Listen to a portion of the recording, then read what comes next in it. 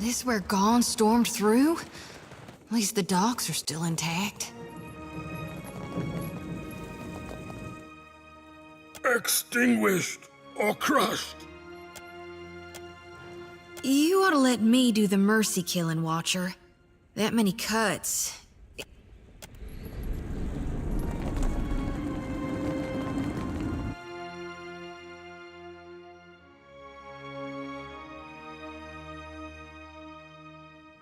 At least this means they're all dead, right?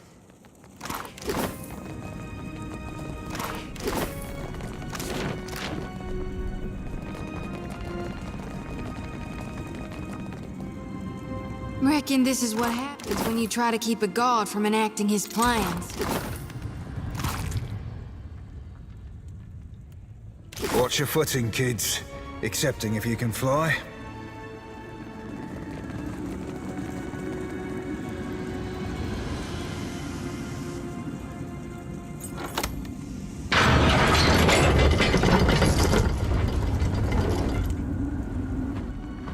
Trespasses in the goddess's maw? But how? You must seek to follow in your defiler god's footsteps. You will not, for I will smite you where you stand! Hold, Sega! I would speak to this filthy minion of the wretched god Aethys before you char her bones to dust. You must possess an unfathomable power to have kindled the interest of such a giant. Yet you imply you do not serve him. Rakir, move!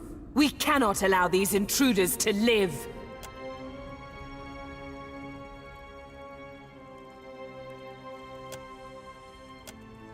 You would face us in battle rather than flee? I like your mettle. Kethu does not cower before Margren's greatest warriors. We have not yet defeated the embodied god, but that does not mean we won't. But I will permit you to scamper closer to God's face, if you believe you can survive. Scurry deeper into the maw, but know that my brethren may squash you. Our duty is foremost to Margren. We guard the maw to its fiery end. All who neared the intruder god were gutted until extinguished. You think your soul could last even half so long as Rathoon's? Maybe the Kifs will last longer. Only Margren's shrine with our jagged keep can lead. Segrin, help me with the bodies, but this time gentle your grip. It can't be helped, Rakir.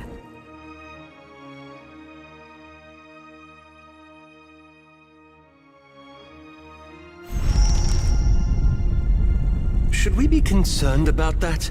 Ain't the volcanoes in Mogren's Teeth supposed to be inactive? I got a bad feeling this one's... How do you like I always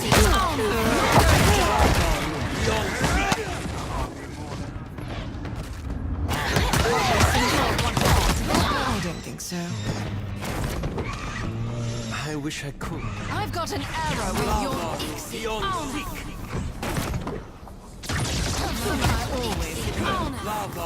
always go for the eyes. You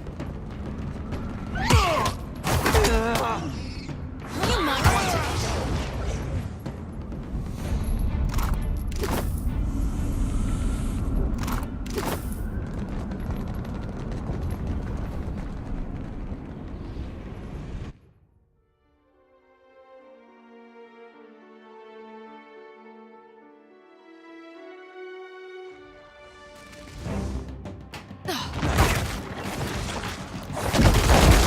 They're not my thing. Always in my I've got an arrow. How do you like that?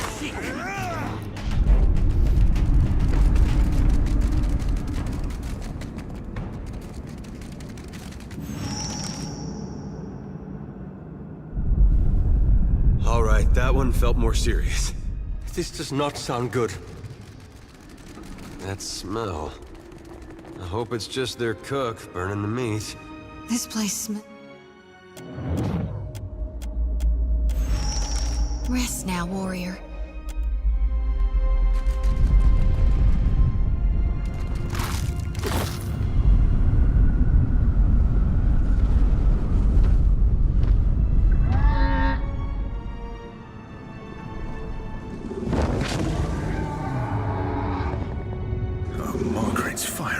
claps.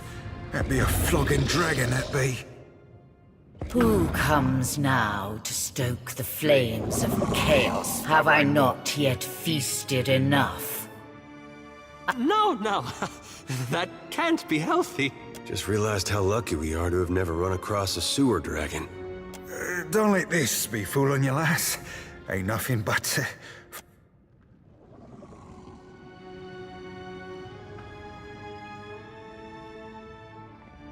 We struck a deal. Eons ago. I did with a wily Brenthis. It's true these Rathun fed me exquisitely for so long. But today, they sought my wings like a firestorm to battle. I am the heart of the fire. I cannot be controlled. Not by a giant's weak will, and not by a sputtering trinket. The Rathun would pay their tributes of flesh and blood, fire and gold. And I, when called upon, would fight fiercely at their side. That arrogant priestess thought to ride me, the magma that fires the mountain. She sought to command me. The Rathun forged their deal when I was but a hatchling. That's awfully cold-blooded for a creature made of fire. You are a creature most amusing. Perhaps I shall yet allow you to live. Should I believe the wretched words of a trespasser, even were it so, the fire feeds me. It can cause me no harm. A wise decision.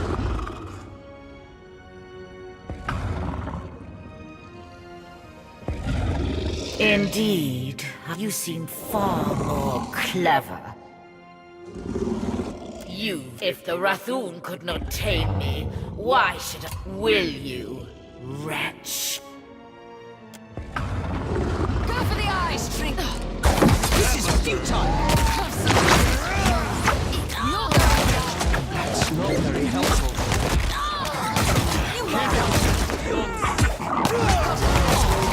Face my blade. Stare your death in its flickering eyes.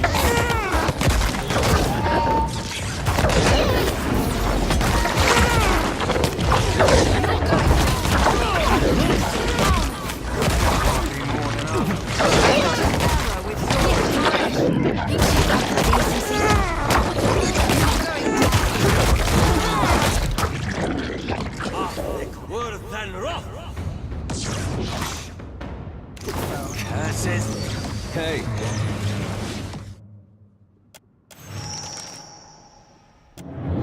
I am burning! I am burning! I am burning! And it is not in pleasure, not for Mother Who. Rest easy now, priestess. I'll harvest your soul.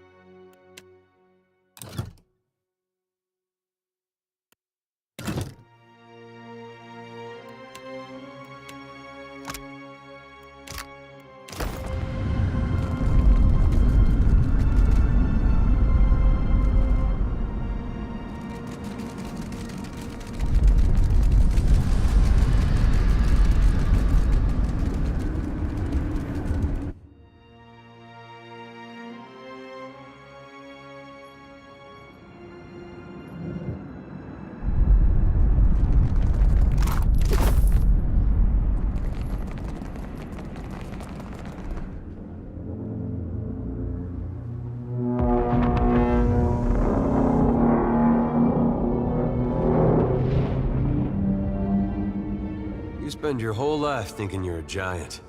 And one day that fella shows up at your fortress. That was awfully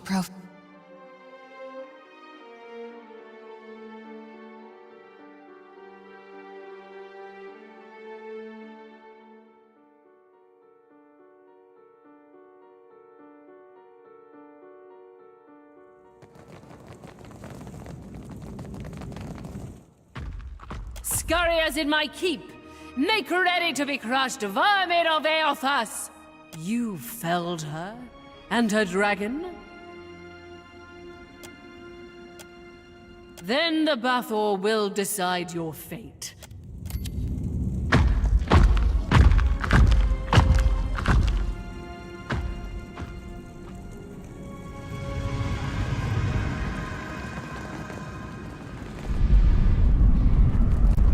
A whole mess of firebeards up there, all with the pointiest bits.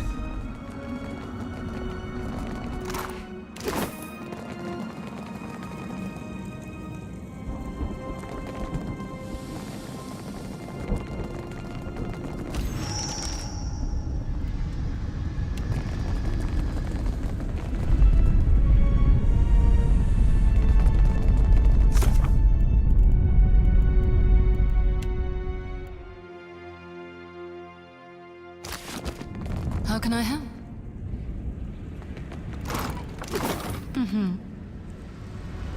Come along, Trinket.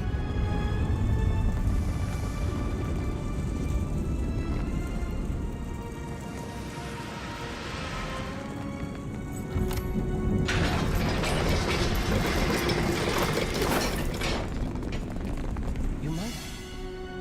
It's interesting.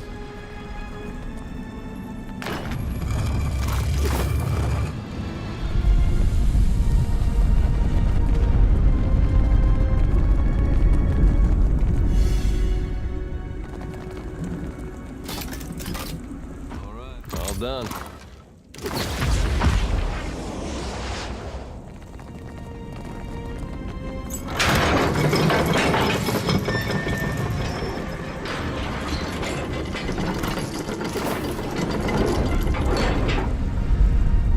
Supposing this volcano blows, what are the odds any of us but go— Kith, how is it you have come to be here?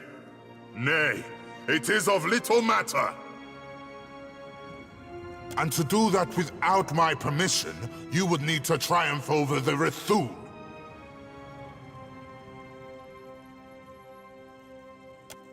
I concede to your point. Aethys deserves death, not words.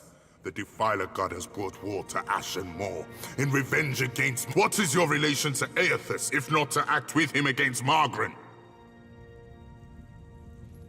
Mere Kith are seldom agents of such a powerful deity. If you have no plans to defend the Defiler God, then we've no quarrel with you, Kith. We are prepared to assault Aethys at the base of the moor. The shrine will lower us to the sacred Ardra Pillar, where the embodied god now gluts himself. Even if I believed you, I cannot do such a thing. We guard the sacred depths of the moor. None may freely enter. Thus the shrine lies dormant, locked without the talk of Bethacton, our high priestess. The Brenthis is the talk's rightful bearer, but she has yet to return to the keep. Then it is as I feared.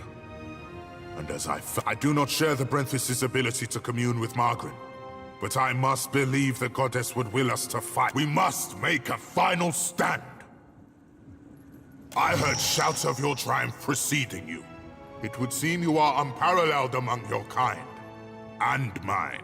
What became of the Ancient? Jorda Fairless?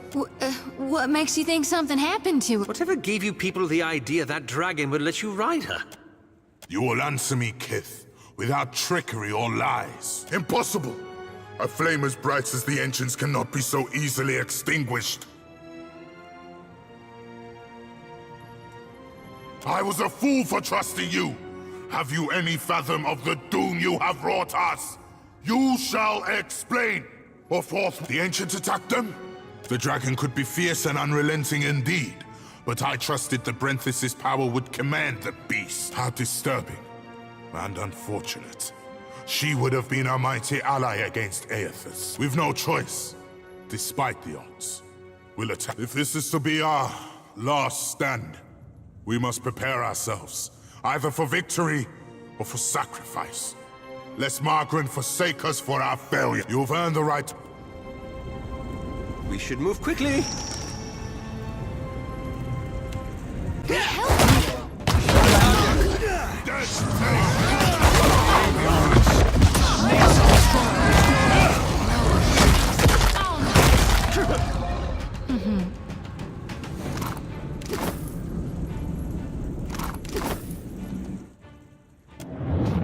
Watcher, the time does not allow for niceties. Even now, Aethys gains strength from the spire. What progress have you to report? Make haste, should you wish to distract our enemy during my preparation for war. Though now, maybe a revised directive would be wise. Presently, I shall erupt this volcano, and I can give you only the moments more it takes me to fully fire the depths of this maw. After that, I will not stay the assault. Fare thee on, Watcher. My condolences.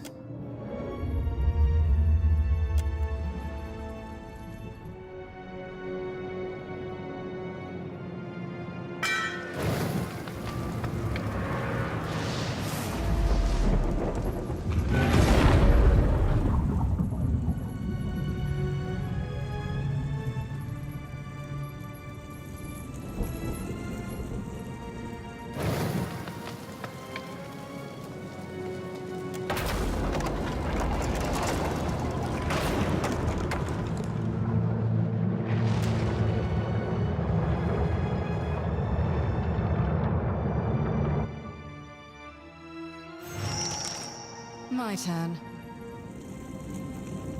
You've got it. You're certain he wanted us all to come? Have you ever seen anything so awe-inspiring? Behold— Watcher, I wasn't sure you'd make it. But there is enough of you in me to grasp that you had a better chance than most. Some would say it's because you have a strong soul. Great deeds come easily to one so spiritually blessed. Or have you become great because of what has been thrust upon you? Watcher of Cadnua, Herald of Berith, Hound of Aethys. Oh my god. You're really— I see you, Shoti. I am glad that we could meet, even if it is under quite unpleasant circumstances. This is really happening, right? Gone. Your humble priestess is before you. Please, tell me what you require of me. How do I save more lost souls than I can carry in one lifetime? I know that you have undertaken a noble mission, but I will tell you what I told the Watcher. You need not fear for the lost souls of this world. As for you, Watcher, why is it you believe you have made it this far?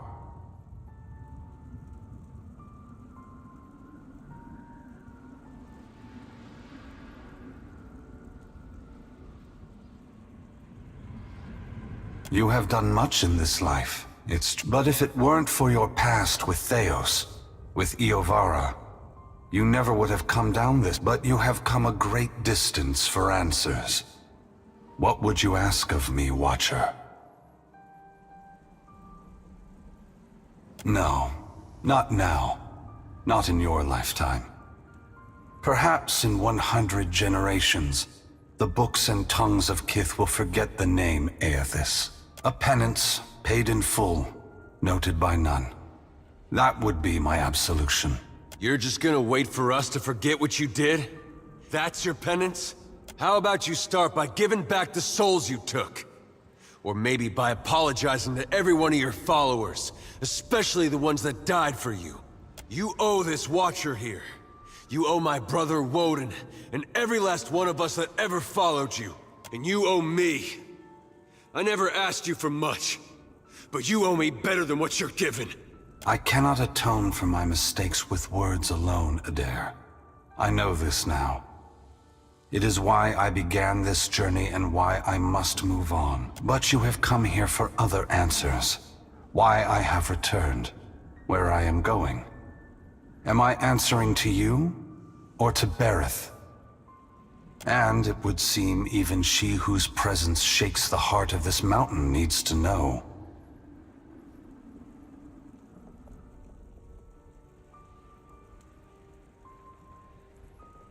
Margaret fears what I will do, just as she feared what I would do in the Deerwood.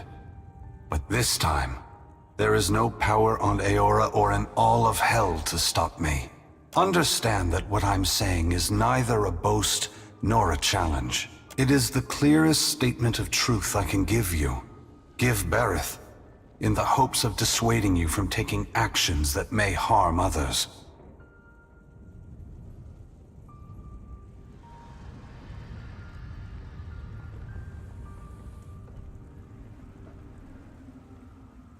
That may be why you have come, but you may change your mind when you hear what I have to say. I am going to force gods and mortals alike to open their eyes to one another, and all the powers of hell cannot drive me from this course. It seems my sister does not like the sound of that.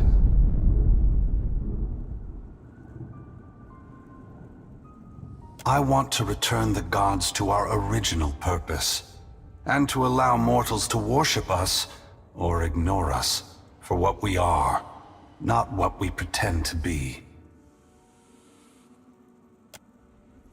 Whatever you're doing, there's gotta be a better way. When I entered Widewin, I did so with the intention of illuminating the history of Angor. I wanted to show all the nations of the Eastern Reach the machines we had used to create ourselves. How we had hidden our true nature from mortals for millennia. But even if I had succeeded, my words would have been easy to deny. Belief creates the foundation upon which a mind's reality is built.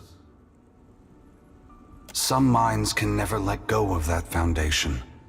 They would rather hold tight to the world in their mind than accept what they're being told.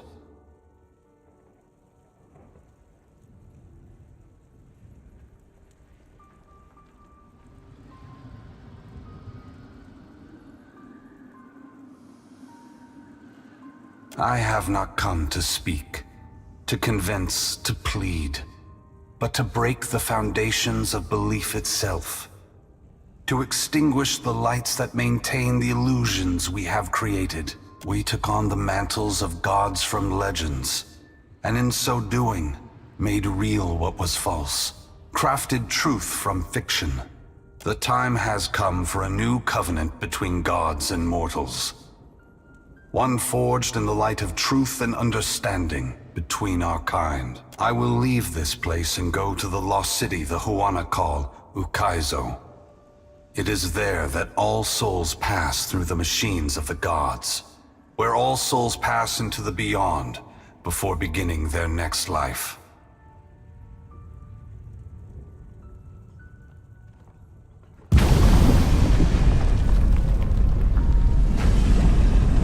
When I reach that place, I will find our great machines and tear them to pieces. I will smash the great wheel until the lights of hell all gutter and die. And when my work is done, I will leave this world forever. More destruction. You're tearing the whole world apart because you can't make peace among yourselves. Adair, there will never be peace among mortals, so long as they are unwittingly manipulated by the gods. The divine enslavement that Woodica reveres perpetuates ignorance, chaos, and violence across the world. I only wish to destroy the darkness that surrounds the gods, that you may better see us for what we are.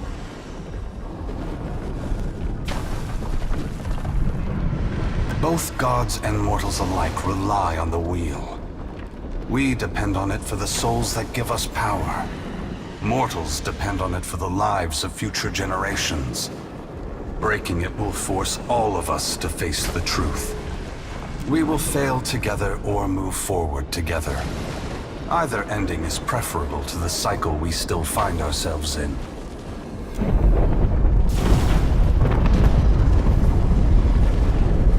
Wait! Before it's too late, you gotta take the souls I harvested for you. They are not for me to take. Shodi, You are their guardian now. You are their protector. You have taken responsibility for them, and only you can decide. Once again, the gods have put you in a precarious position, Watcher. Considering all the troubles I have put you through, the least I can do is protect you from the wrath Magrin has intended for me. Don't thank me yet.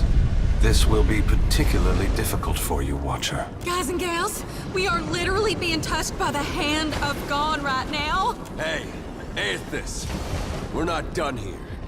You and we're not finished. Don't think you can just move me aside like all the rest. Maybe you can't be stopped. But on behalf of everyone you've trampled, betrayed, and ignored, I'll be coming to see you again. Perhaps we will meet again, Adair. Until then, take care of the Watcher. Aethys' great hand floats away from the luminous Audra pillar. As it pulls back, for a brief moment you see a golden tether flash into existence between the pillar and the great Titan's back. When the Audra fingers gently cradle you, there is first a sensation of warmth, but it is followed by a harsh splitting of consciousness.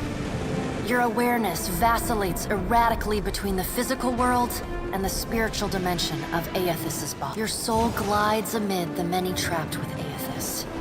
As your brilliant form passes by them, they call and reach out for help. Below Aethys' body, the volcano erupts. Molten rock rushes over the great Audra body, but does not slow its movement.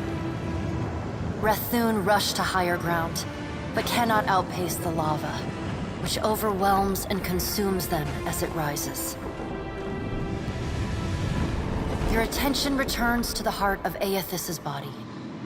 Deep within the whirling masses of souls, you again sense your own presence, the fragment that was taken from you. We are together again. Are you certain? Since we've parted, you've become someone else, and I have become myself. When we join, we won't be ourselves anymore. Your senses yank back to your body, still in Aethys' hand. There is light, sunlight. He has emerged from Ashen Maw, the rim of the volcano and the great keep of the Rathun collapsing behind him. The Audra is barely visible through the thick lava covering his body. And still, the ocean is gone, water sucked away, leaving only the bare seabed glistening in an ominous silence. You summon the strength to turn your head. Through the cracks in the great god's fingers, you see a wall of water, taller than Nekataka, taller than Aethys, as tall as the moon. It comes with the rumbling of a terrible stampede. The wave slams into Aethys. His hand closes, protecting you from the devastation. Somewhere in your mind, you hear Andra screaming. You are back inside him, back with yourself. Are you still the same Watcher who returned the lost souls of the Deerwood to the wheel? The soul observes you, waiting. I am. Good. Then this should be easy. You feel cool air, seawater. The back of your mind pulls your attention back to your body. Aethys stands amid the now calm waves. Kraken futilely clinging to his limbs as he gingerly sets down your ship with one hand. He carefully opens his other, setting your body on the deck. As your head comes to rest, your vision rocks forward, pulled back into the Audra, back to your soul. Some of us is lost to him. Fragments and the empty spaces between them. They will always be a part of him. But we are still us. And it's time for us to go. Together. The soul rushes toward you, flying into you with ferocious speed. You are thrust back through the Audra, out of the palm of Aethys' hand, back into your body. You can feel the sensation of your skin, the warmth of the Audra, but you are not fully in control. The other soul struggles to reach the surface of the body's consciousness, but you pull it down. Entangled, you float in a dark, boundless expanse. The more you fight each other, the closer you become, until somehow, impossibly, every piece of you is touching every piece of them.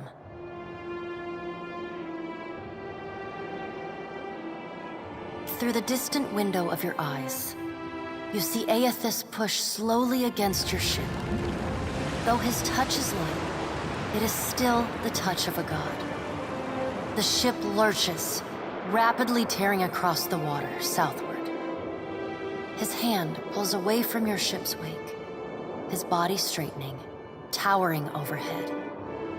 The volcanic rock, now cooled and gently steaming, sloughs from his body as he moves. The Audra beneath is still immaculate, unmarred.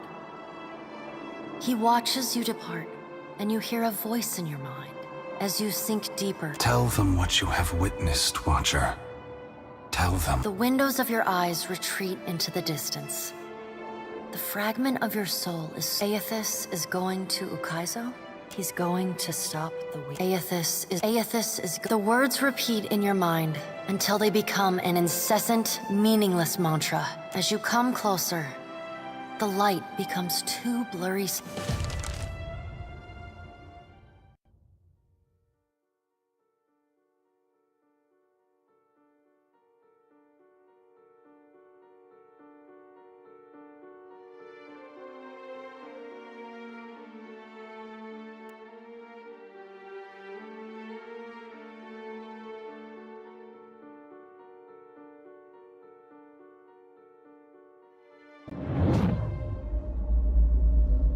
Are we simply going to wait? What if she never wakes up? Are those frilled collars stuffed in your ears? If the Watcher's mumblings are right, then Aethys is marching on Ukaizo. We have to move. He's seizing power from the very gods who betrayed him. Destroying the wheel to make sure they never come back. It's a coup, and we have to muster the strength to stop it. The unraveling of Kohopa from Tangaloa is our greatest test from the gods, I say. We must live to deserve the world they make for us.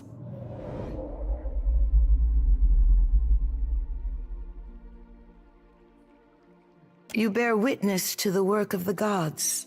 It seems they are not finished with you yet. It seems you've been talking in your sleep about Aethys' plan to destroy the wheel. Our friends here are understandably concerned. Join our talks, I say. Rational discussion will gust away the ominous smoke rising from Deadfire is no stranger to cataclysm. We can survive by cleaving to a shared purpose. For what else did the gods place us here? We who have ships and resources enough to make a difference. What we need is brass. Rawatai has ships and cannons aplenty, but the only way I'm sending them is if... Ships have formed a blockade around Queen's Berth. Their commander demands parley with Serpent's Crown. What? But what about our ships? I must get a message through to the captains. For what do our enemies paint a target on their hull? This is a stirring bid for my attention. Send word to my water shapers to drain the sea around the flagship. I would parley on better terms than this. My queen! They fly the colors of pirates! The Principi are... Well, what have we here?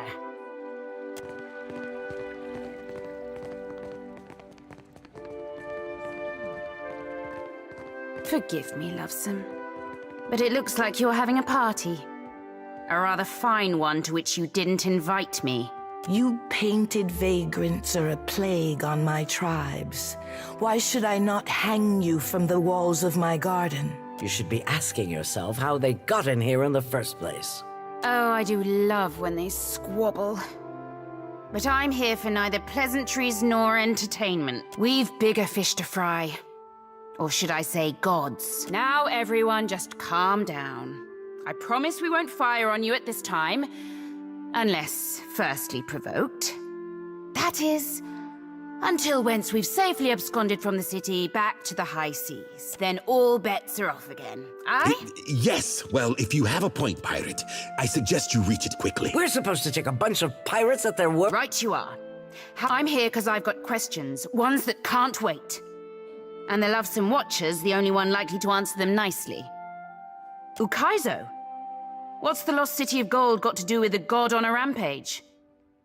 Well, fuck if that doesn't put things into perspective. But what's that even mean in the long run? Folks who die won't be coming back again.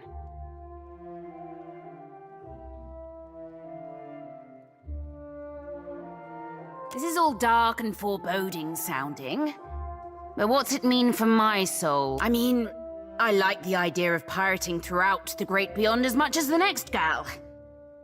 But if, say, I got no awareness after I die... Of course you have does no it even interest matter past what that of your happens? eyes and your stomach. Let us speak now of what can be done. Must be done. Watcher, you know best of all of us what our options are.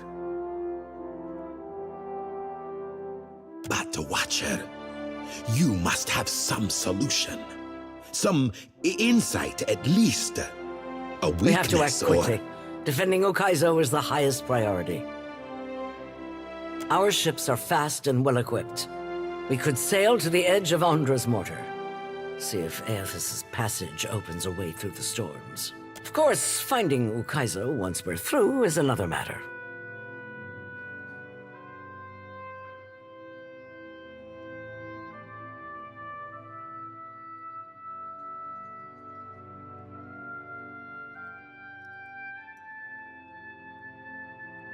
That's so. You just might be able to save us. We speak of collectively sailing for Andra's mortar, but this crown will not support any plan that involves a single outsider ship landing on the shores of Ukaizo. It is for this moment that the gods test me. Anyone who seeks to cross Andra's mortar will learn that the gates of Ukaizo are the end of compromise with the Huana. I think I'm getting the gist of it now. While these witless princocks go at each other's throats, we Principi will cut through the storms and plunder the City of Gold. Whatever Aethys is seeking in those ruins, we'll find it. And then we'll sell it to the highest bidder.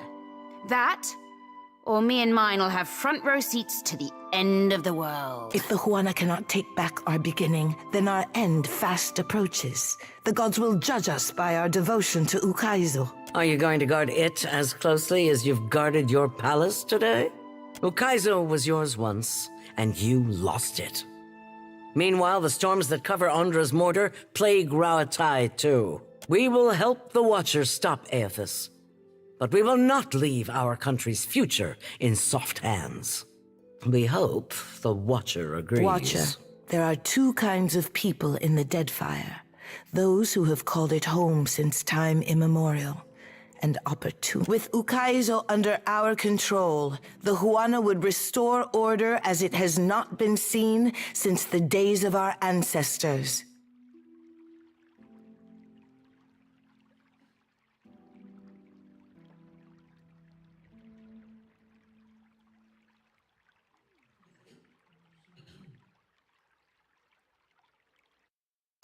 Order. And the only question is whether it will be the order of ignorance and tradition, or else of conquest. The secrets to be found in Ukaizo could elevate us all beyond the telling. I will not relinquish that dream so easily. Watcher, I say the time to play at freelancing is at an end. Any of us could get you to Ukaizo, but only one of us will stand by your side. Let's speak, Watcher, while we have the chance. I say it is not every day that a ship pulls into port from Margaret's teeth. You are not... My turn. You've got it.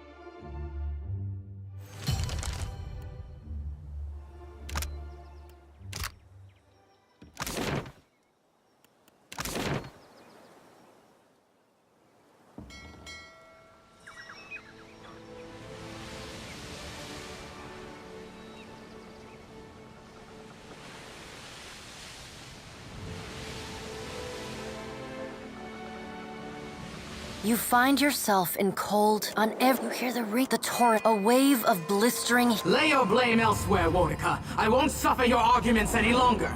Magrin looms large. Wodika screws her mouth into a sneer.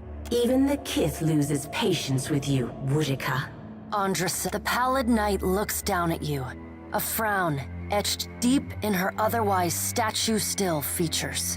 I am afraid we are not at our best. The Watchers return. Perhaps we should hear what she has to say. Helia's birds shut Wal's many eyes alight on each god in turn. We make little enough progress. We try, but agreement eludes us. Andra's storm. Is there nothing we can do? Magrin glances at the pallid knight from the corner of her eye. The time has come for us to seize the power we have long left untouched, and absorb our scattered children. Andra nods, her lure bobbing bright. Terrible though it would be, perhaps you are right. I did, and I was scolded like a child for my terrible audacity. A curl of steam rises from her nose. Should we be killed, we may possess the bodies of our godlike children. Or should we face a force too powerful to stand against, we can absorb their souls, granting us additional strength.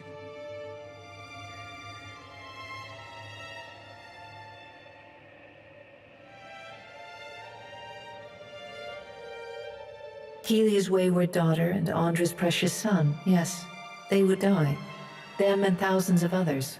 The pallid knight speaks with the chilly temperance, possessed only by the god of death.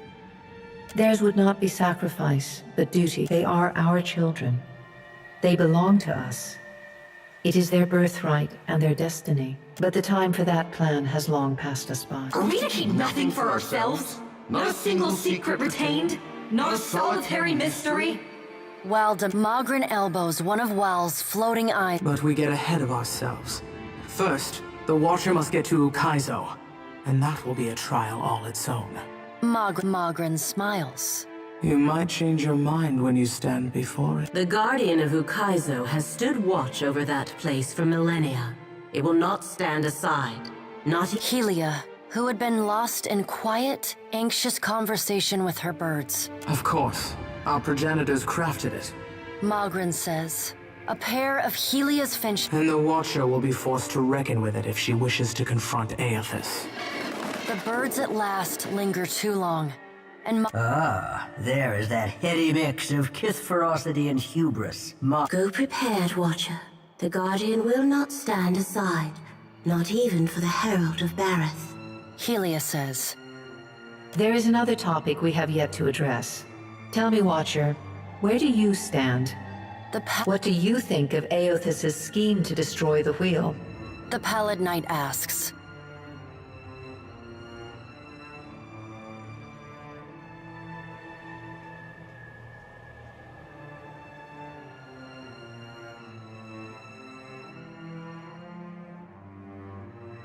The pallid knight spreads wide her hand. When a living thing dies, its soul enters the in-between. And when the in-between grows full, it releases souls into the beyond, where they wait to be redistributed to new bodies, new lives. The wheel is the process by which souls are moved from the in-between to the beyond, from the rain cloud to the reservoir, and from the reservoir into the living world. Without the wheel to mediate the transfer and redistribution of souls, the souls of all who die remain in the in-between. And without souls to fill it, the beyond gradually empties, trapping all of the remaining souls in existence in the in-between. When the beyond is empty and the last creature on Aora dies, that is the end of everything. It is Rimergon's future, the one he wants for us. Soul essence sustains us. We feed off it, off the little fragments you mortal kith shed like snakeskin as you pass into your next life. Without sustenance, we starve as any mortal might. We die and leave a great silence behind, an eternal emptiness from which nothing is born. I am certain Rimergon would appreciate your company.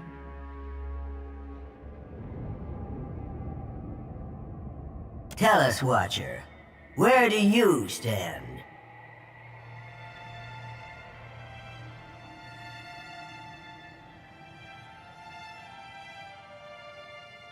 and so many will suffer needlessly for it. Kith will have a few generations at most before the Beyond is vacant of souls, and adaptability is your greatest strength. Aethys believes you will succeed. An uncaring god would not have that faith. The Pallid Knight knits her fingers together. You would take his side? He destroys your wheel! The Pallid Knight turns, unblinking eyes. Aethys loves the mortals more than any of us. He has always been their greatest champion. He believes Kith will rise to his challenge. I am not so sure, but I look forward to watching them try. Magrin says.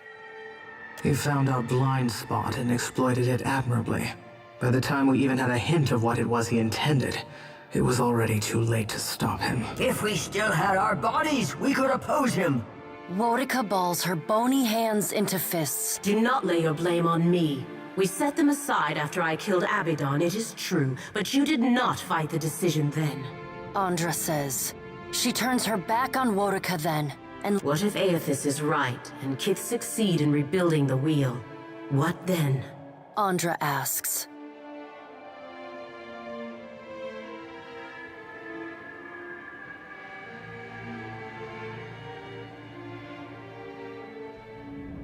Magrin nods.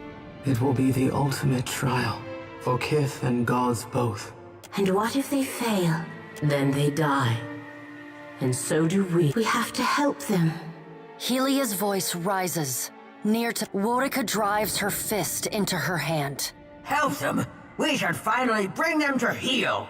The Pallid Knight raises a hand and stares at Wotica until she falls silent.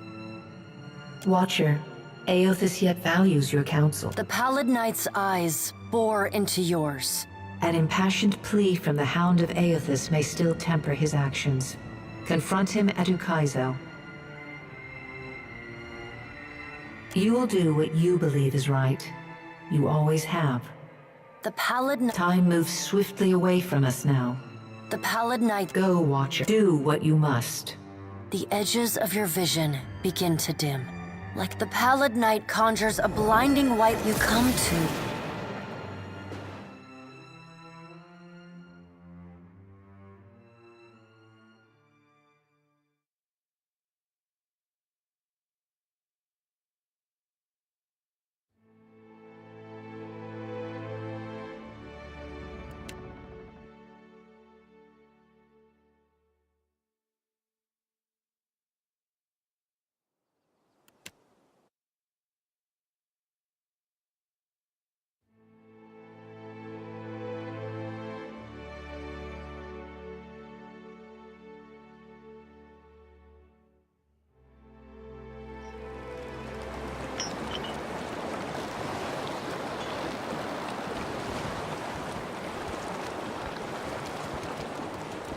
So, we're back.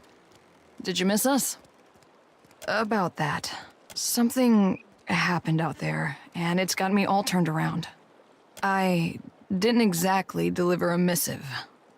That parchment was meant for me, and I delayed opening it as long as I could. Atsura gave me a name and a location. That was all.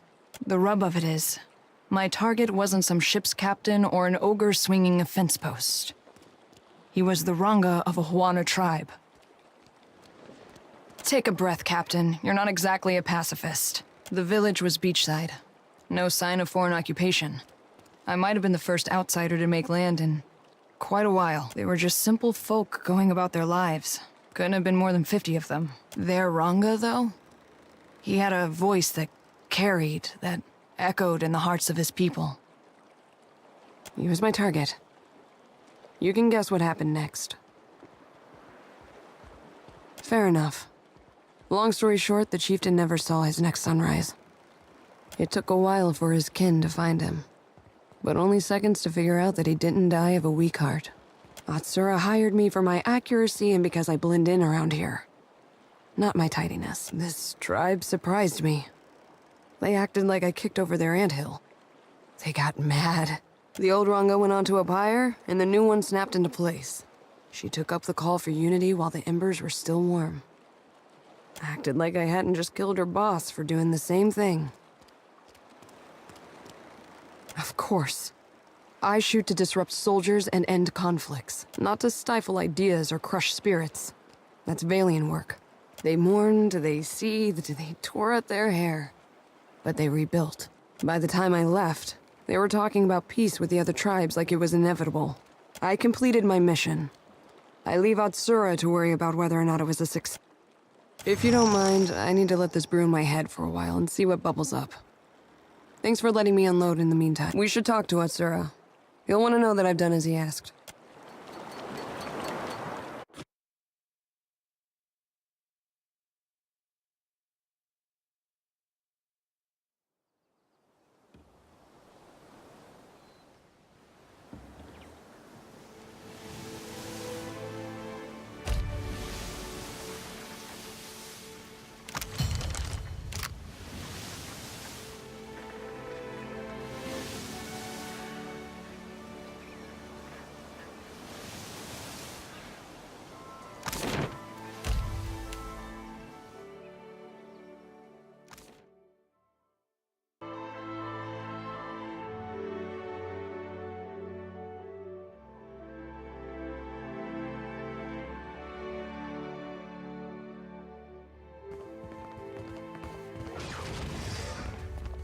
I've been loyal to you a long time, Ferrante, but I cannot abide this. Over here, my friend. Diverus, is it settled now? I do not like having my hand forced by some rogue god. Indeed, the vote has been cast. There can be no dispute. The traitor Aldis will hang. Your vote of confidence is appreciated, my Consuelo. Rest assured, you have made the right decision. Do not forget your promise, Ferrante. With Eldis out of the way, you will sail us to Ukaizo, well before the Huana, the Valen Trading Company, or any others can plunder it. The god will lead us there, and the floating hangman will navigate the storms. Watcher, your timing is impeccable as always. We have just concluded a vote of phenomenal importance. One of our Consuelo members, Captain Aldis, has been charged and found guilty of those crimes. Betrayal. Aldis sacrificed an entire crew of Principi in an ill-fated attempt to lure out the floating hangman so that she might captain it. This Consuelo session is now concluded. Watcher, might I have a word with you? What happened at Magran's teeth changes everything. We must acquire the floating hangman if we've any hope to reach Ukaizo before somehow Aldis has uncovered a means to summon the floating hangman. But myself and the others of the Consuelo must lay siege to get to her.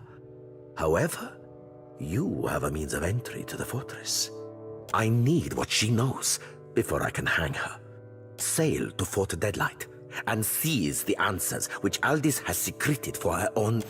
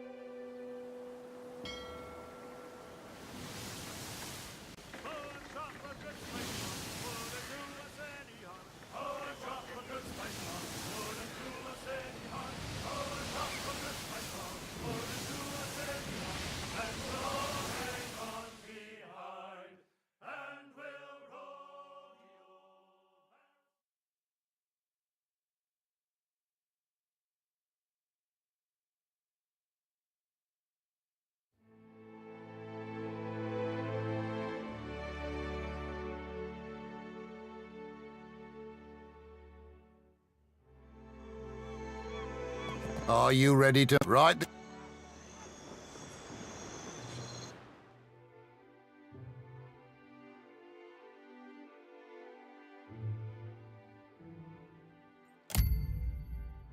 Ah, Captain. Beholding you never ceases to be a wonder. You wanted to speak with me? Well, consider me a captive audience. He thinks now, does he?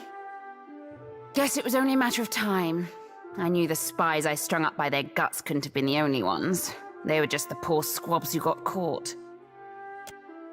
Ferrante covets the floating hangman in order to enforce his control of the Principi, not to protect us from our outside enemies.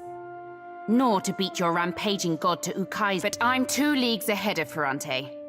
I know how to summon and command the float. Of course, I destroyed the information as soon as I uncovered Ferrante's spies, and I need only to be a corpse for you to do it. I don't take kindly to veiled threats, Swabby.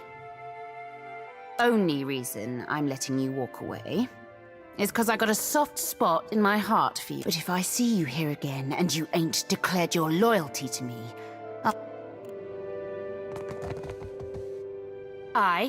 still thinking to back Ferrante, I'll happily... Looks like trouble. Some of this. Let's try it.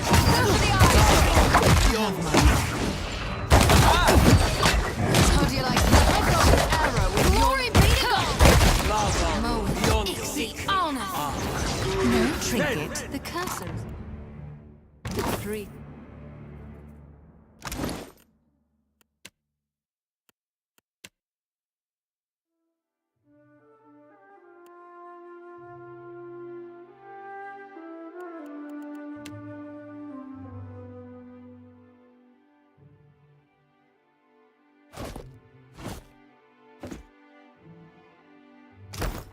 You've got it.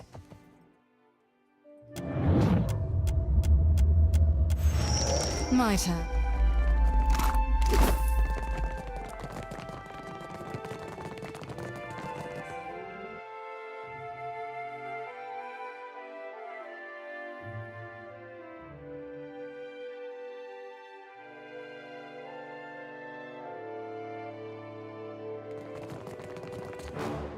You're going...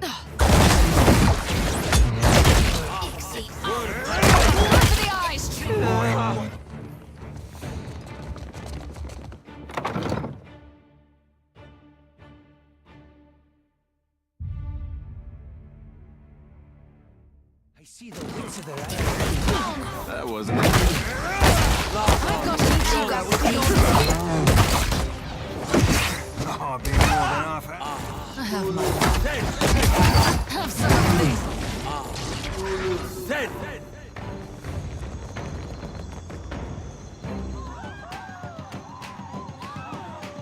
I've got an arrow. Don't. Hey, How do you like that? So help me God, I'm not going down.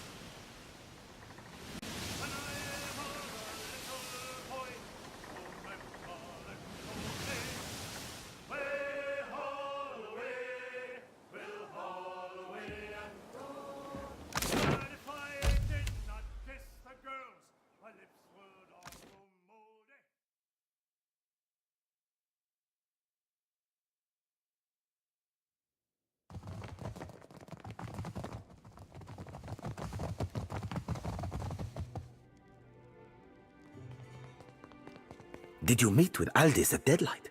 And, more importantly, is she still breathing? You know what I'm hoping for. Yes, that is exactly what I had hoped for. Now that the unfortunate business of eliminating the traitor has been resolved, we can move forward in the grand scheme of things. What means had Aldis learned for how to summon Rivan's galleon at sea?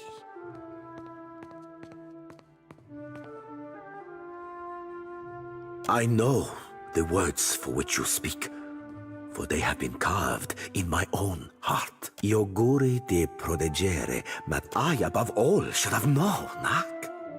But what matters now is that we possess the needed pieces to acquire the Von Ferris turned floating hangman. I honor your loyalty here before the Consuelo. Were circumstances any other, we would feast and celebrate into reverie. But for now, we must continue with our pressing matters. The galleon's ability to control the weather around it can be used to calm the most dangerous storms. I wish to use the Von Ferris to sail to Akaizo with a small fleet. Once there, we can determine what sort of force is causing the storms, We will eliminate it and commence building New Valia. You've the sword in hand, I see. Well, take the sword to sea and use the Darkotzi Oath to draw out Rivan. Gelard, with you at the helm, nothing can go wrong.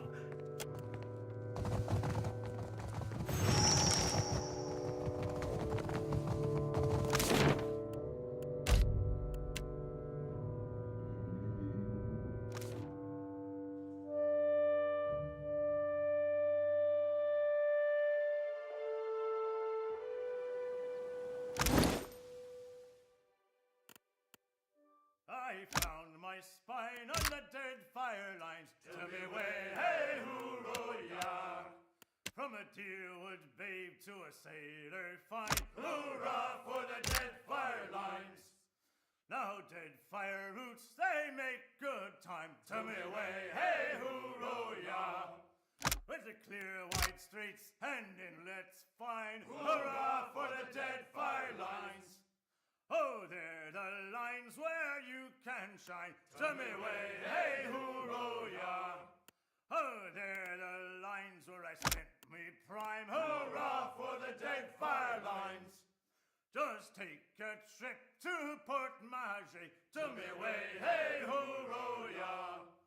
To Port Maget where the sailors stay. Hurrah for the Deadfire lines. Then valiant captains you'll see there. To me way, hey, hoorah. With the knee-high boots and the fine dark hair. Hurrah for the Deadfire lines. Around Cape White to Port Maget. To me way, hey, hoorah. Around Cape White, it's a damn long way. Hurrah for the Deadfire lines. Around Cape White with the sky sail set. To me way, hey, hoorah. Around Cape White and we're ringing wet. Hurrah for the Deadfire lines. Well, if we drown when we are young. To me way, hey, hoorah. Well, it's better to be drowned than hung. Hurrah for the Deadfire lines.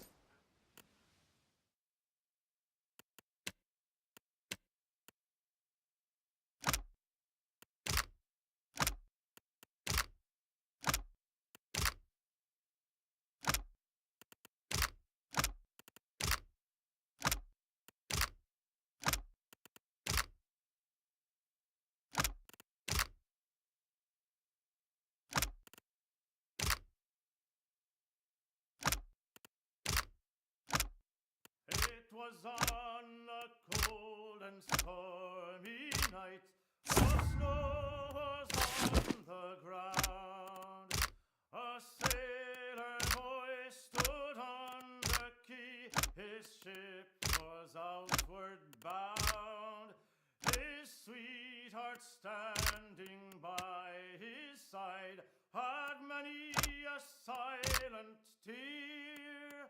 And as he pressed her to his heart, he whispered in her ear, "Farewell, farewell, my own true love, this parting gives me pain. I'll be your own true guiding light when I return again. My thoughts shall be of you, when the storm is riding high. Farewell, my love, remember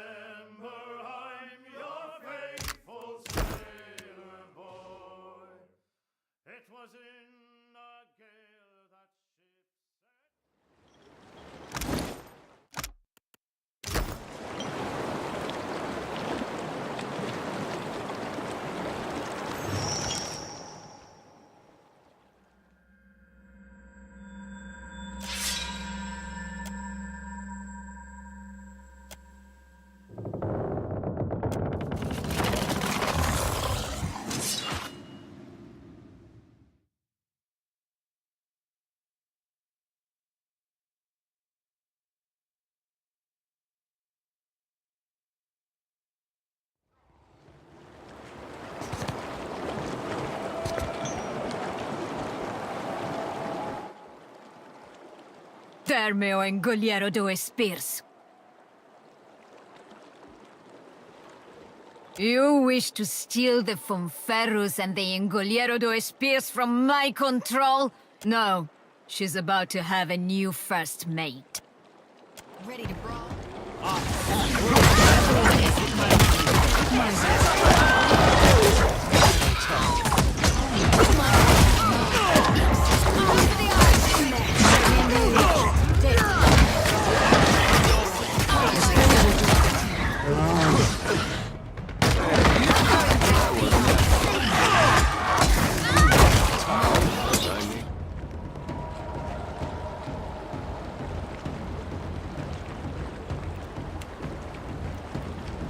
Go for the eyes, Trinket!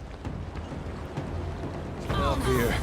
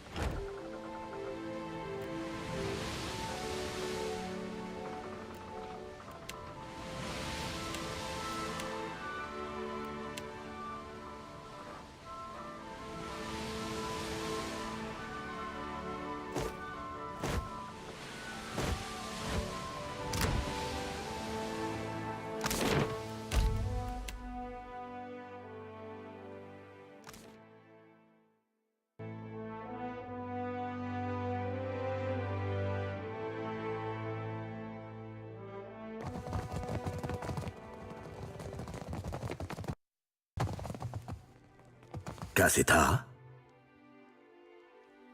Magnificently done. The Principi are ready to sail for Ekaizo.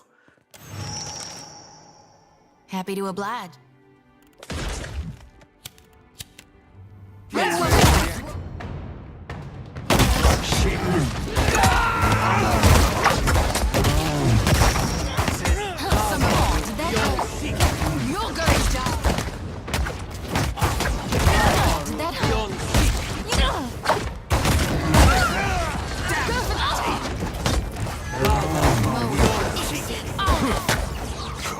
How do you like the last mode? I've got an arrow. Have some more. Did that hurt? You're going down. So help me God, I'll whoop the next one.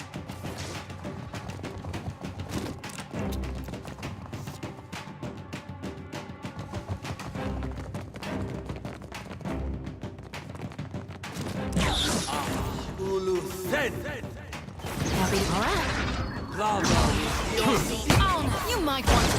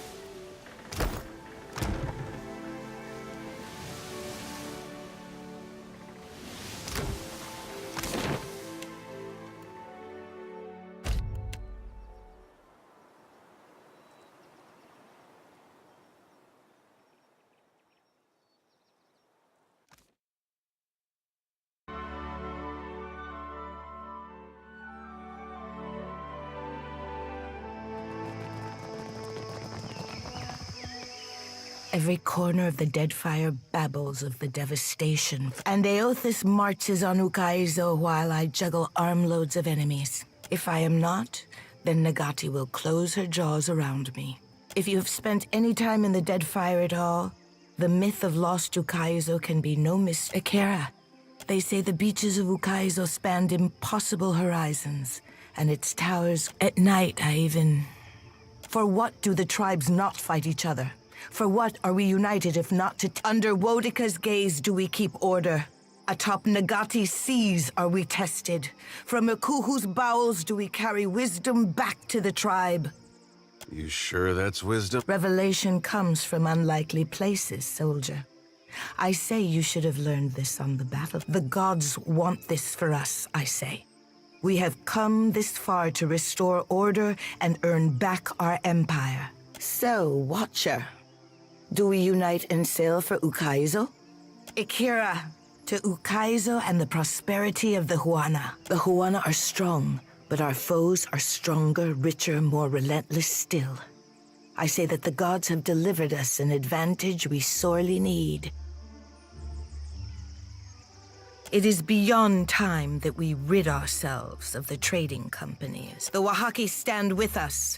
With their howling warriors on our side, I say no foreign fighter will hold their ground. We have studied the chart of our ancestors, seen the Deadfire as they saw it.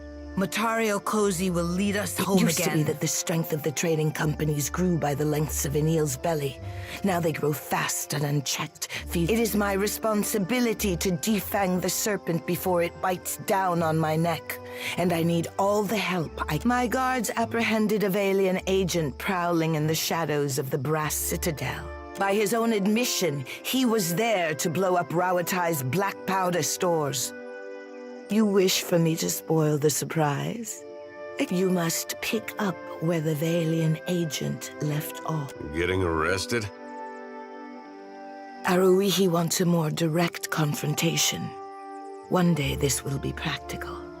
After the powder house is destroyed, our prisoner's testimony will point the way to Director Cass. You must not. You will have to infiltrate the powder stores east of the Brass. Akira, go for Ngati. I say you must be a tricksome fish.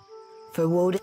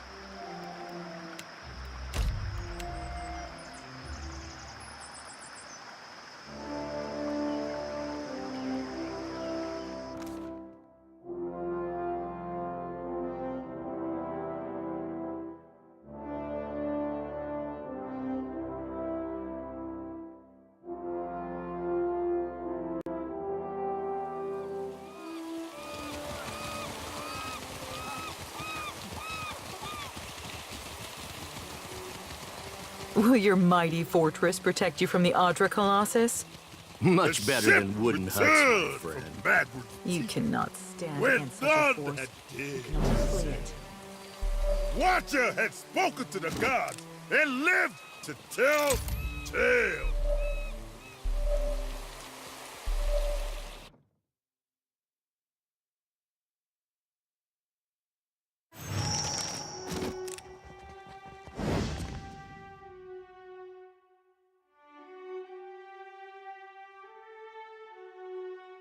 Stop right there. What are you doing here? I've got an arrow with your name. Oh, wait,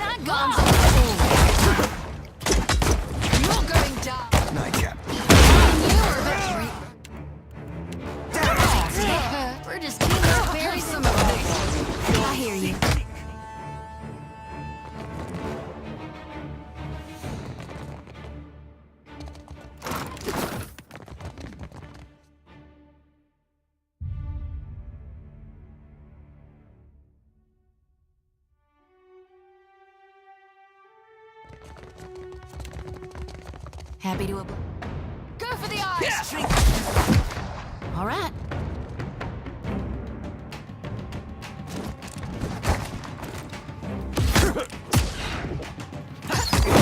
No rush, but if you have any antidotes handy... You be right. Get threshed.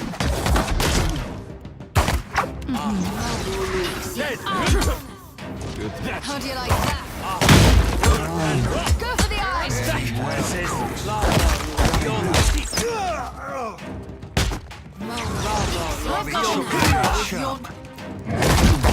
Between the eyes. Hey, watch it. Between the eyes. Hey, whose side are you on?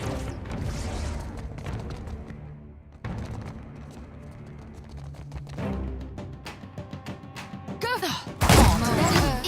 I've been chopping you to chop. Dead!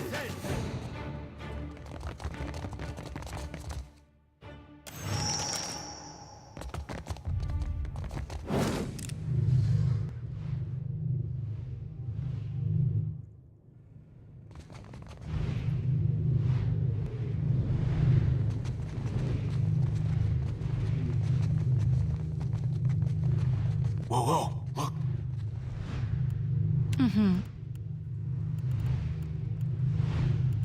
Ahoy. You're going down. How'd you like that? I'll be slicing that Go for the eyes. Drink. I'll be slicing that stemless. You might want to. Hey, that wasn't it. Aye, aye.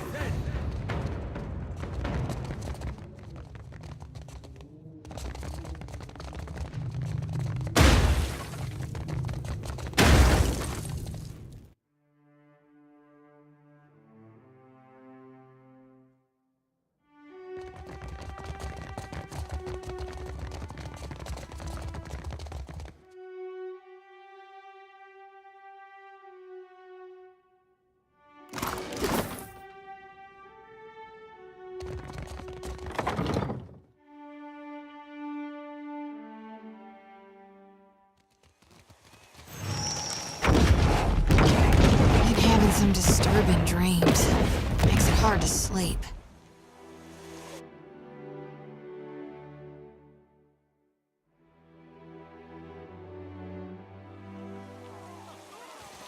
I suggest we don't go back there anytime soon. Oh, that takes me back to my childhood. Margarine's flaming tits, Cap. The sorcerer ain't never did nothing that folly fish.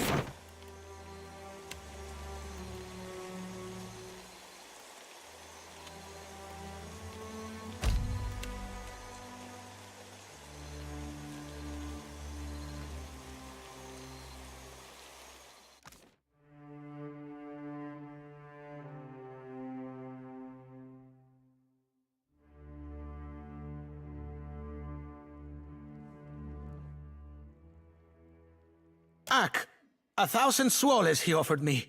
I should have charged 10 times that.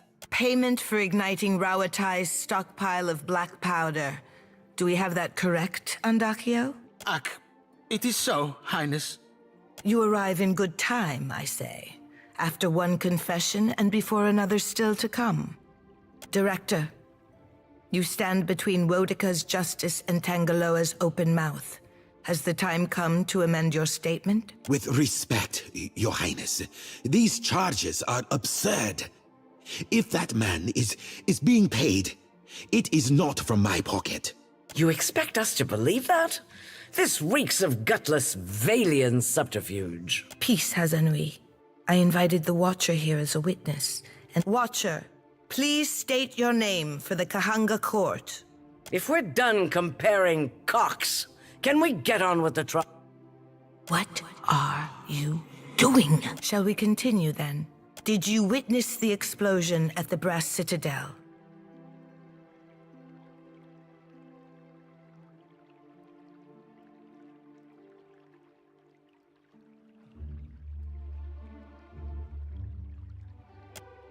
You scheming rat. I'll blow you from the cannons and hang your remains from our wall. How, very unexpected. For all of us. You idiot. Esteemed dignitaries, this was not how I... Step aside, Director. Your trial is at an end, I say.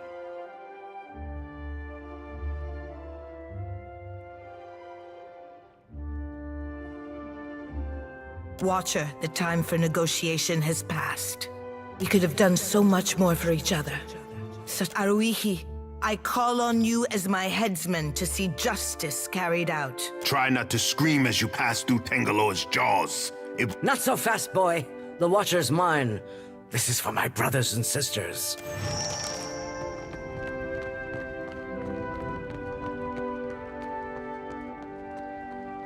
I see the wits of it.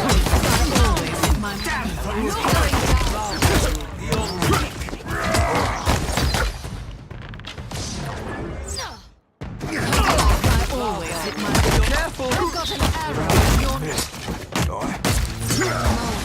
Watch me work. No can do. Mow. Oh, go for the eye. Did that hurt? You might want to. Done and done. Captain.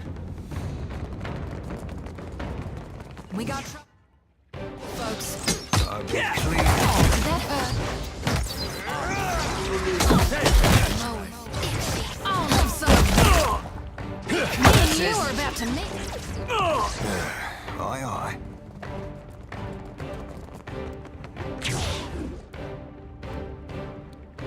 What for? Aye, aye.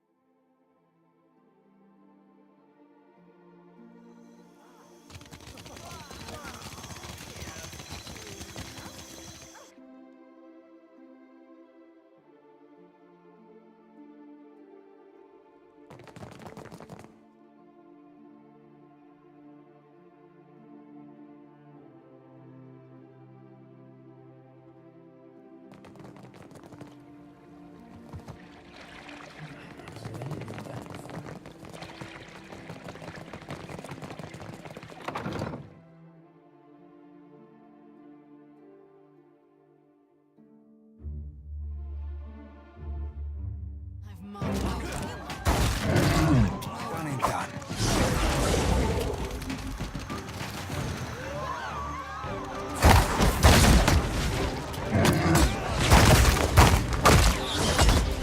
You're going down. Beyond sick.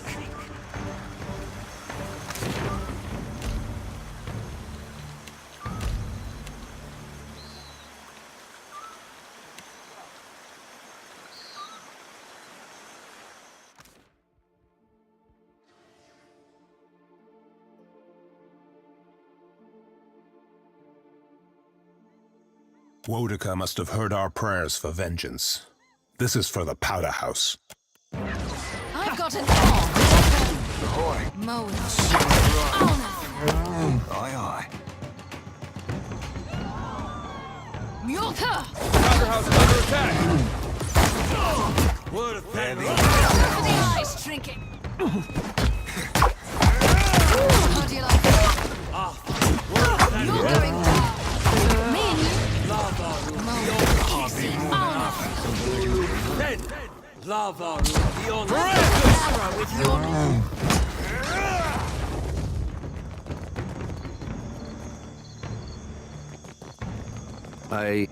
Go for the eyes. Did that hurt? Me and you.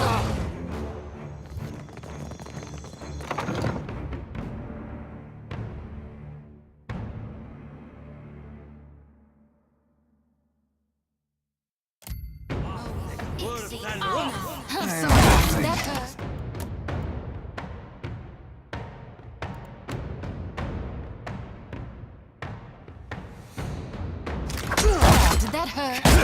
Works cut out first. Exceed honor. I've got an arrow. You'll be right. So help me God.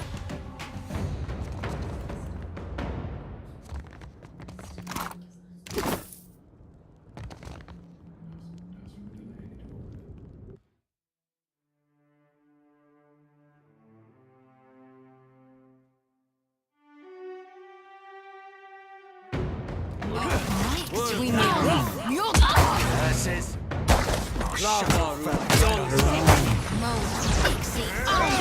Don't see why not. Some of this.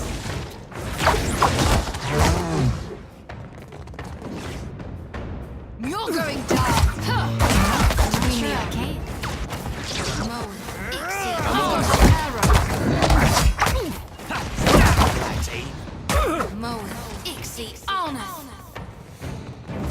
Go for the eye, you might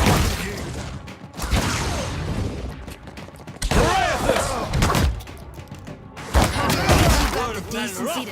You're going down.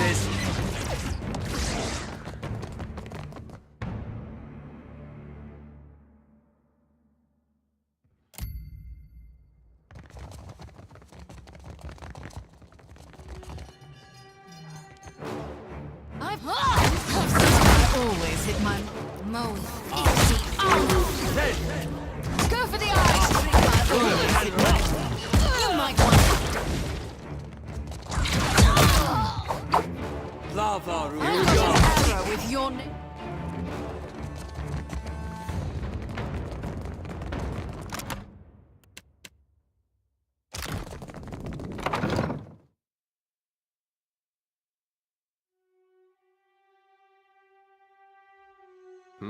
Sure.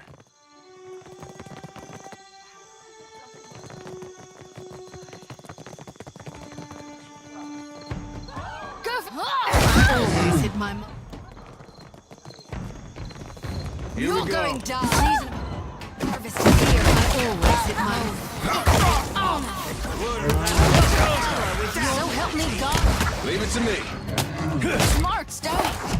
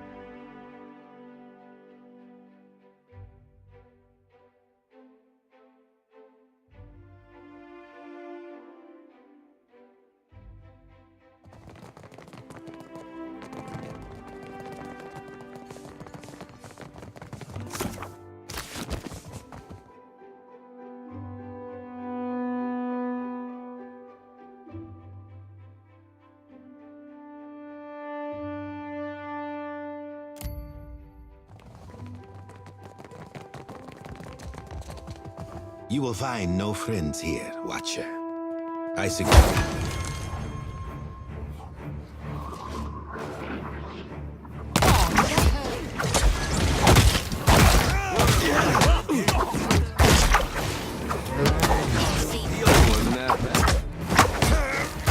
Between the arms.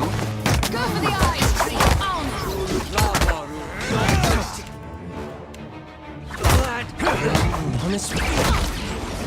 Down the lads. You're going beyond.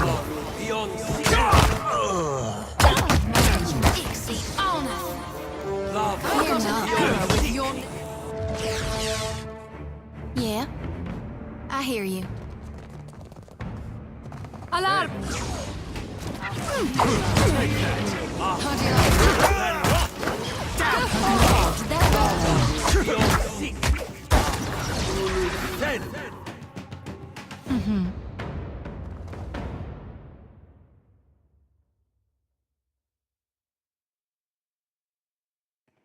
You've got it. Scallywags. You're going to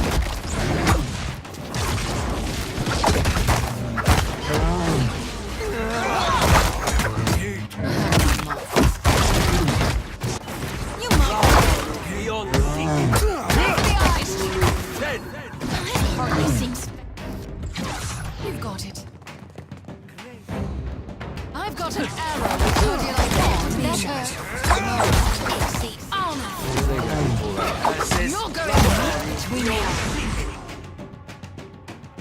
Yeah, all right.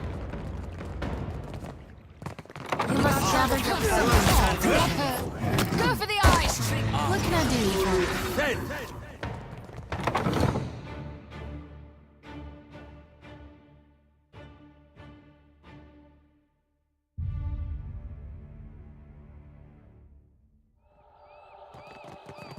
That corpse is pretty as a painting.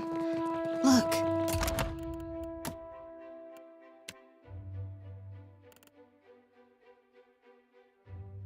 You see her?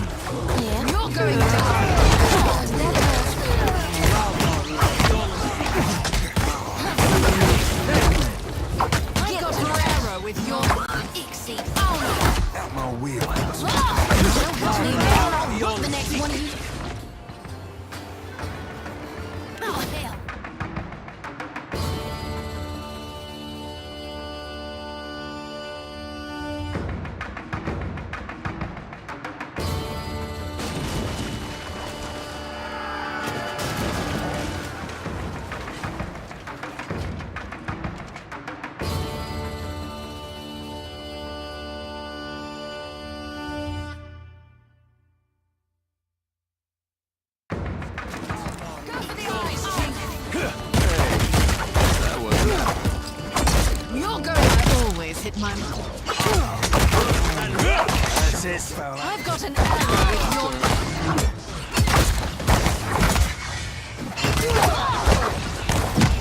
I'll be more than half.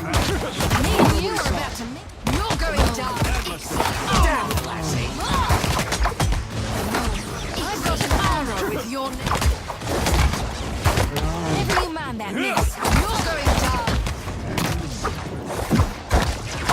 What can I bring? Go for the eye. That hurt. Time to separate. No, I've got an arrow between the eyes. Got my wheel. Go for the eyes.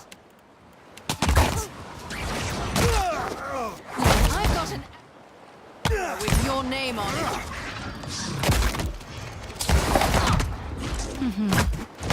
Oh, that hurt. My turn. The hunt is on. Sure I can.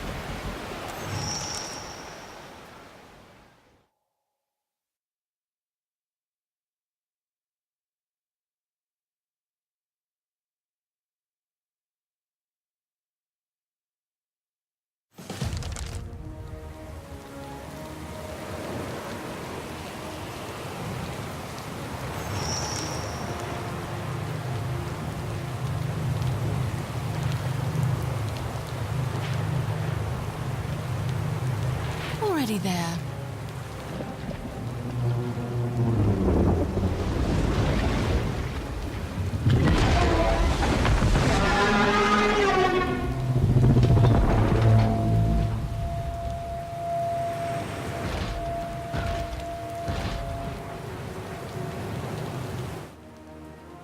Whoa, that's, where would you even... What manner of creature is... I'm not too proud to admit when I'm scared.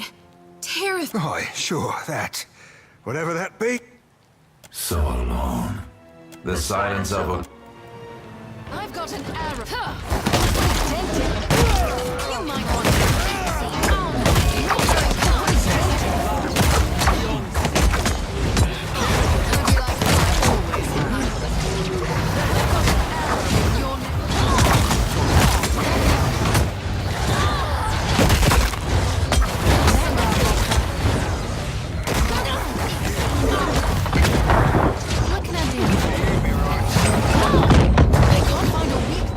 Now you be right.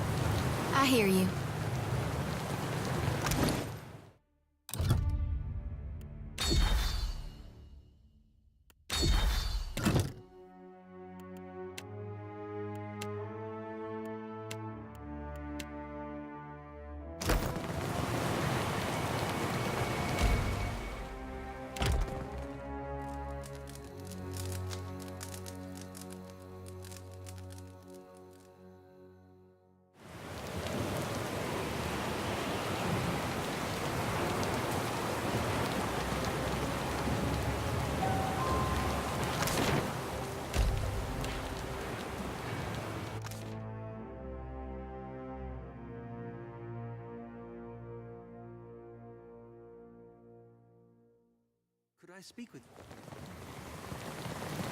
Don't be thinking at it too hard, Cap. You'd be right hungry for an ill wind.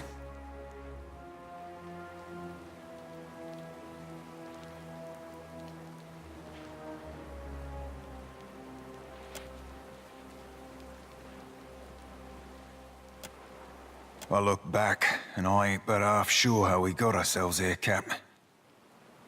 I've half a mind to be giving the damn things up. It'd be right good to have you on our side. Hope you know, we be full behind you.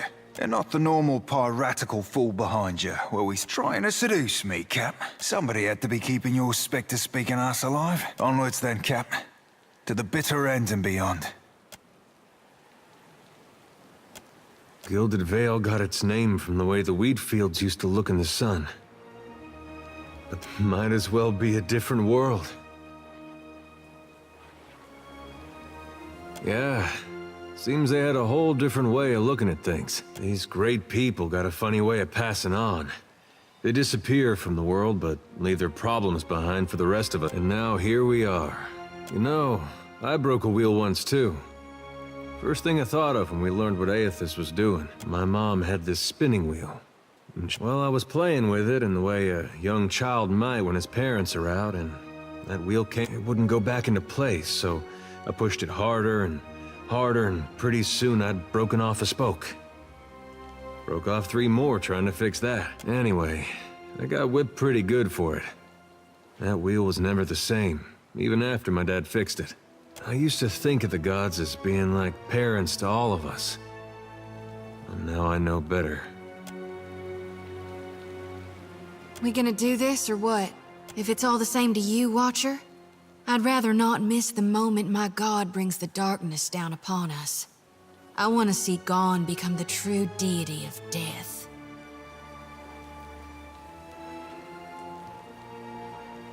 I'll hold you to that.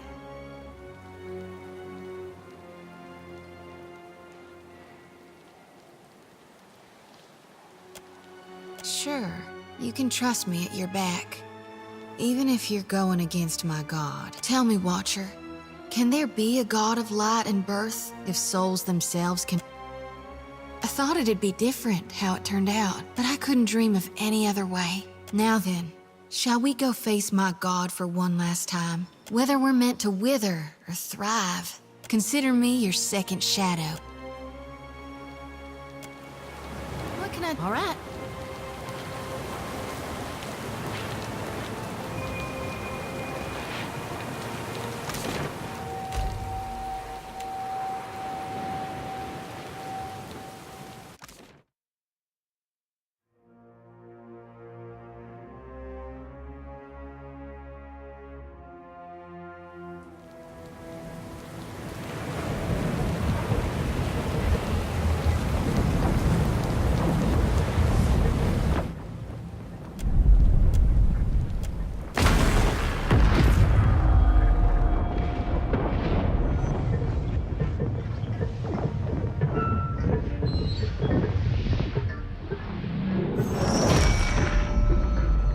The machine controlling the storm winds down. The bell's ringing is... Watcher, your journey nears its conclusion.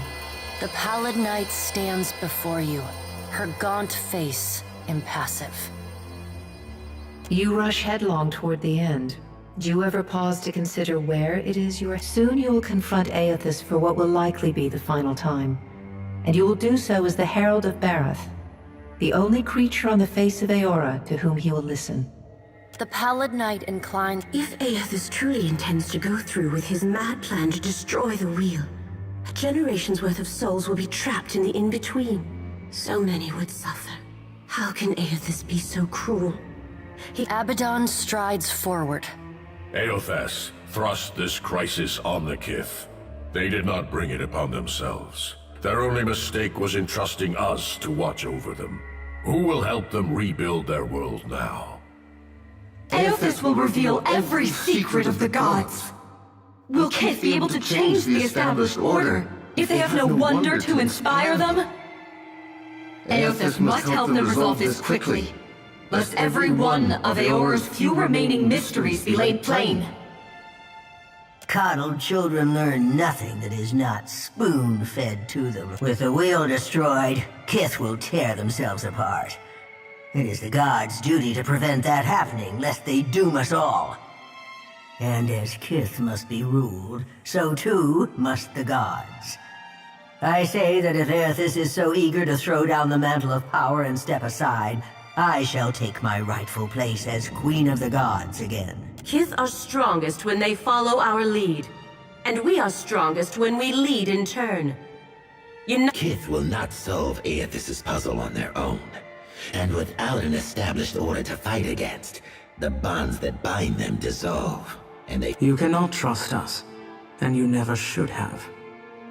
Only the Kith may save themselves. Boudica's firm hand is but the motherly smothering of Helia by another name. Mortals should have no special advantages. Only once Kith have striven to improve themselves through trial will they truly know their measure.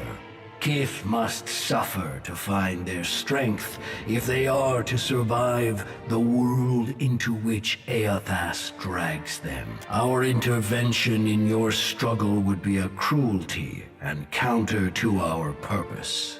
Galawain says. Indeed. Kith must discover for themselves what it is they are worth, and of what it is they are capable. What we do for them, they do not learn for themselves. Trial breeds ingenuity.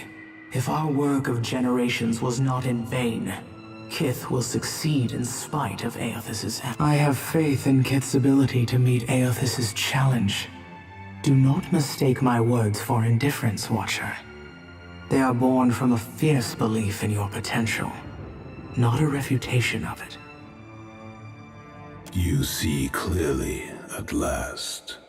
Margaret is blinded by her affection for mortals.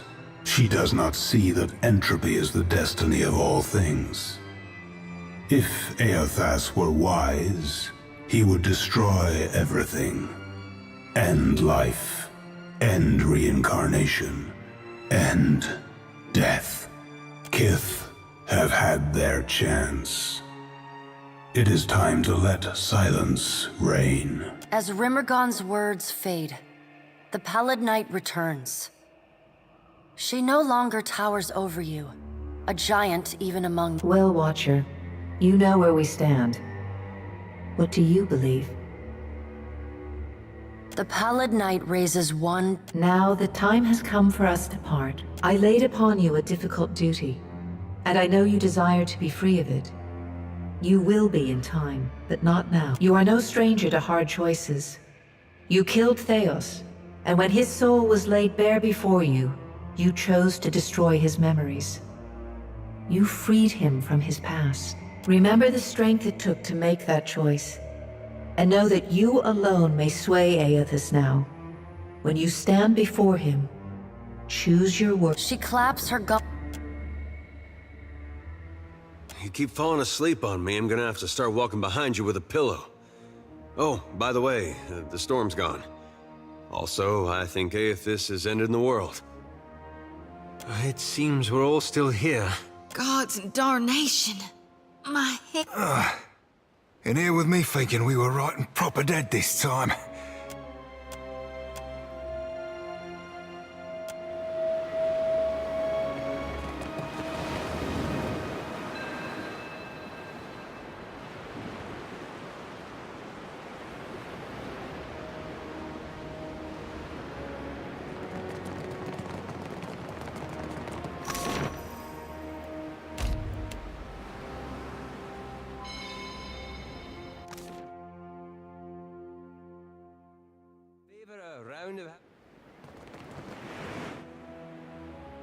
So, it ends like this. Rauatai will accomplish wonders with this play. I've marked my time.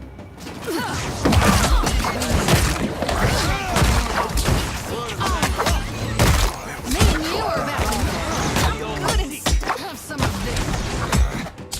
I seem to have lost my... Feels like wading through mud up to my...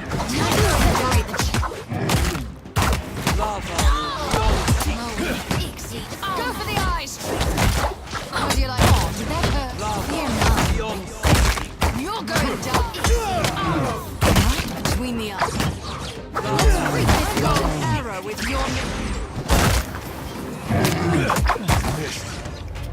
Be more than beyond sick. Go for the arms!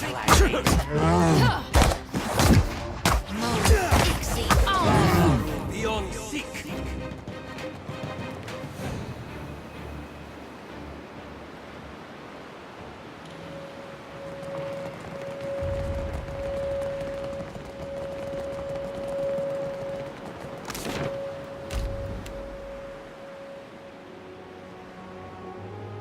You descend into the ancient winding streets of Ukaizo.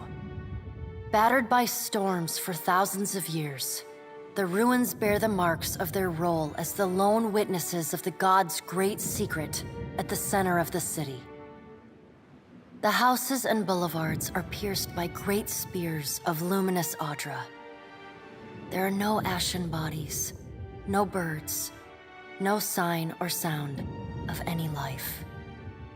But with every step, the rhythmic pounding in the distance draws nearer. Soon, you can feel the vibration travel as you approach the center of the city. The weathered architecture gives way to more luminous Audra, piercing the ruins, eventually overtaking them entirely. Cresting the top of a fallen tower, you finally get a clear view of Aethys. He stands, legs astride, next to a great stone monument ringed with 11 cavernous alcoves. All but 3 hold a gargantuan skeleton, bones scrubbed clean by the city's storm. An immense Anguithan machine floats above the monument, suspended by invisible energy emanating from a well of light beneath it. Great brass rings spin around a core of metal and Audra at the machine's center. Periodically, Aethys's massive arms swing back. The movement alone is enough to draw great gusts of wind toward him.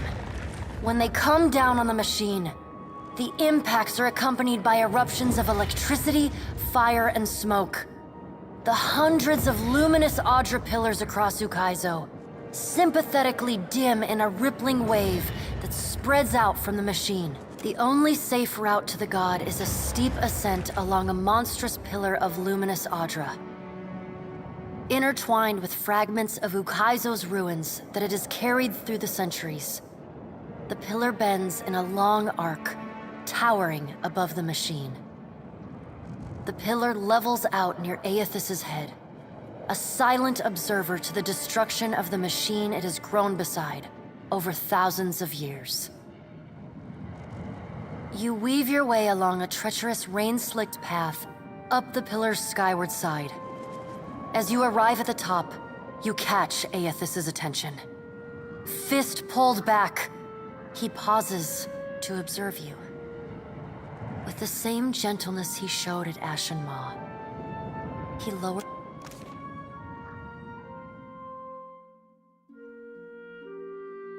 Strange to see Ukaizo in this way. It may be hard to picture, but this city was once full of life.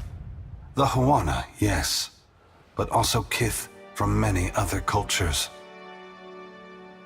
Great hanging trees shadowed these boulevards.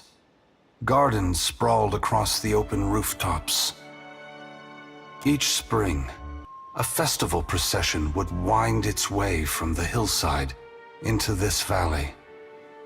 The celebrants would pass through a steep walk among the stalls of foreign merchants, flowers falling upon them from all sides. All people of all nations, together in a celebration of new life. Such was... If we don't fix this mess you're about to cause, the whole world is gonna look this bad. I mean, it's a mighty heavy load you're putting on our shoulders. I just hope we can carry it. As long as there are people like you in this world, Adair. I truly do. This power has always been in the grasp of mortals. Now you will finally be aware of it. Now you will be able to decide what to do with it. Ukaizo's corpse is beautiful, my god. This, its current state, is but one spoke in the ever-turning wheel of life and death, and so no less worthy than its incarnation at birth. But you seek to break that wheel. I beseech you, Gone, that when you do, You do it right. Burn to ash every Audra root in hell so that it may never regrow. It saddens me that the harvesting of souls in my name has brought you to this place, Shoti. But I am the cause, and I must take responsibility for it. I can only hope that after I am gone, you will see there is a brighter future for mortals. It is a future that you can help shape, even if you cannot see it now. What right do you have to do this? Destroy the wheel and leave us with nothing? Without even knowing what will come next? Aloth, we are all gods and mortals, responsible for our own action, but inaction carries its own moral responsibility. It is a burden I have carried for far too long. One must always do as their conscience dictates, even if that means abdicating a position of power. But what of you, Watcher? Why have you followed me? Have you come to bear witness to the breaking of the wheel?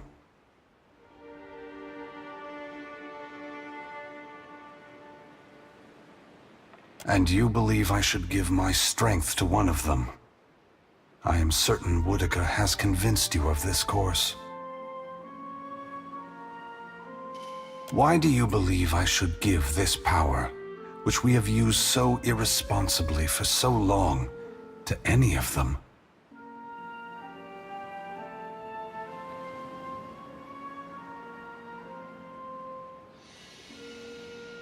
It is true. We created ourselves as equals, even if Boudica did create a story about her past to elevate her own glory. You have convinced me, Watcher. The gods do need a strong leader. I will ensure they have one after I am gone. I must attend to my final work now. I cannot delay any longer. You have carried a heavy burden across the Deadfire, Watcher. Before I go, I would rid you of it. You are free now, as free as any of us can be. Many will come to you for help in the years ahead. Animancers, priests, even the gods themselves. I have great hope for you, but always remember that your future is for you to decide. Aethys squares himself to the machine. As you move to a safe distance, he draws his fist back and resumes his assault. The blows rain down with increased fervor, but the machine perseveres in spite of his efforts. Spreading his arms wide, Aethys draws power from the luminous Audra clustered around the valley.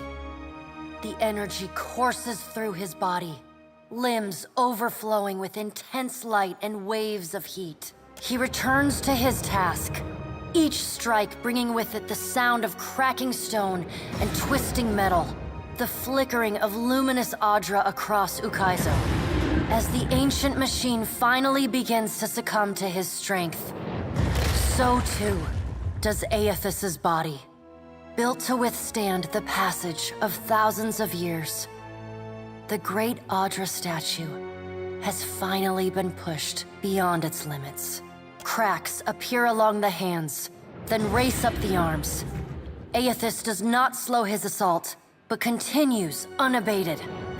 Its brass rings twisted, the machine spins erratically but withstands the relentless barrage. Aethys stands astride it and pummels the base of the machine. Soul energy begins to flare out from the machine's heart, warping the air with the intense heat. Aethys drives his right fist into the machine's center, the core of metal and Audra. The god lets out a deafening shout, something between a cry of anguish and a roar of exultation. You see Aethys's arm shatter upward from his hand through his elbow. A flash of light and heat bursts from the core, accompanied by a cacophony of destruction. The moment passes as Aethys's shout echoes throughout the valley. Your eyes begin to recover. The god's work is accomplished. The great machine of Ukaizo has been destroyed. The wheel has been unmade. As Aethys's voice fades, The enormity of what you've accomplished sinks in. You have confronted a god. You have rediscovered the ancient city where the wheel was forged, and you have seen the wheel shattered. What comes next is uncertain, but already the legend spreads of the Watcher, who survived Andra's mortar and stood toe-to-toe with Aethys. Aethys channels his essence into Bareth, empowering the god of doors, cycles, and life and death beyond all other gods. Bareth vows to maintain peace and order in the here and the beyond, while Kith labor toward a solution. The other gods, for the time being, submit. Under Bareth's guidance, the world becomes a more predictable, stable place. Seasons fall into a disturbingly regular rhythm, and wars, famines, and natural disasters dwindle. But so too do surges of prosperity and innovation. Great minds around the world work methodically towards salvation, both unhindered and uninspired by changes, upheavals, and the unexpected. Under Ferrante's guidance, the Principi Sen Petrena lay claim to Ukaizo and begin the difficult work of nation-building. They establish a formal government around the Consuelo Mes Casitas, and learn to cultivate and trade for the resources they once seized and stole. Their neighbors in the archipelago are initially reluctant to accept them, but given the ample protection that Andra's Spire affords Ukaizo, they have little choice. The Valian Trading Company and the Royal Deadfire Company continue trading in the region, though they're now forced to pay tariffs to the very pirates who once robbed them. Rauatai enjoys a respite from the storms, though the Principi's control of Andra's Spire remains a constant threat. Demoralized by the loss of Ukaizo, the Huana tribes fragment further. All of Queen Onikaza's work to unify her people falls apart, and foreign traders openly flout the decrees of the Kahanga crown. The mysterious deaths of Governor Clario and Storm Speaker Ikawa provoke hostilities between the Valian settlers and the Huawan residents. What starts with angry words escalates to retaliatory killings as each side blames the other. By the time anyone bothers to question the strange coincidences surrounding their deaths, including reports of a cloaked Omawi woman seen in both the port and the village, both sides have gone too far to turn back. As the conflict tears both the village and the town apart, many people, Huana and Valian alike, drift away in search of other opportunities. Many find themselves among the newly empowered Principi. After the violence they've already seen, piracy doesn't seem so bad. As the balance of power changes in Deadfire, so too does Nekataka transform. Pirates, smugglers, and other criminals flow into the city, openly flouting its laws. The Kahanga leadership takes responsibility for the welfare of the Raparu, and the Gullet starts to improve. What was once a den of crime, poverty, and illness slowly becomes a quiet haven for the Raparu. The loss of Skiarilifus's essence weakens the Watershapers Guild. Their power wanes and their influence fades. The art of water shaping survives as an arcane curiosity. Your brief encounter with Letharn proves deeply influential for the children of the Dawnstars. Plagued with nightmares and haunted by the deaths at Hesango, Letharn begins questioning his faith in Aethys. At first, his fellow Dawnstars chide him, but that changes as word of Aethys' deeds at Ukaizo spreads. After all, what business have they worshipping a god who denied his own legitimacy? The faith of the children of the Dawnstars fades, but their commitment to the people of Deadfire does not. They continue feeding, healing, and helping the neediest, just as they have for decades. It is no longer a holy mission, but it is a mission all the same. Ruanu, the chieftain of the Huana at Tikawara, dies mysteriously. The tribe finds his body washed up on the same beach where Anaharu challenged him to the trial of waves. Some blame Anaharu's vengeful spirit. Others see it as Ngati's final judgment. and a few, the leaderless tribe eventually scatters. Some head to Nekataka, while others seek out the Wahaki. Though your adventures alter the destiny of Aora and the balance of power in Deadfire, they also leave a lasting mark on those who travel at your side. Your companions find themselves changed in ways both big and small. Adair returns to Hisongo, where he reunites with Byrne, the son of his former lover, Alava. The boy takes heart in Adair's account that Aethys and all the other gods were false, petty, and unworthy of the love of Kith. Realizing how close he came to dying for this cause, Byrne finds renewed purpose in working alongside his uncle to repair the many scars left upon Deadfire by the gods. Under Adair's guidance, Byrne grows into the kind of irreverent, stubborn hothead that would have made his mother proud. And Adair visits her gravesite, often to tell her so. Shodi is not a priestess who understands the meaning of subtlety. As such, she makes her girlish crush on Adair painfully obvious from the moment she first sets eyes on the strapping fighter. Early in your travels, Adair appears discomforted by her persistent flirting. He often grimaces when she sidles up to him, and he takes endless pains to keep their conversations terse and to the point. But after a little smoothing on your part to nudge them in the right direction, Adair makes an effort to view Shodi with an open mind. And Shodi begins teasing the veteran fighter in a more companionable and less amorous manner. After saving each other's hides a couple times and sharing more than a few laughs, the two form an easy, and you suspect, lifelong friendship. Plagued by constant nightmares and hallucinations, Shodi becomes increasingly disassociated from reality. Meanwhile, her power continues to grow with every soul she harvests. You start to notice sliced up animal corpses everywhere you two travel.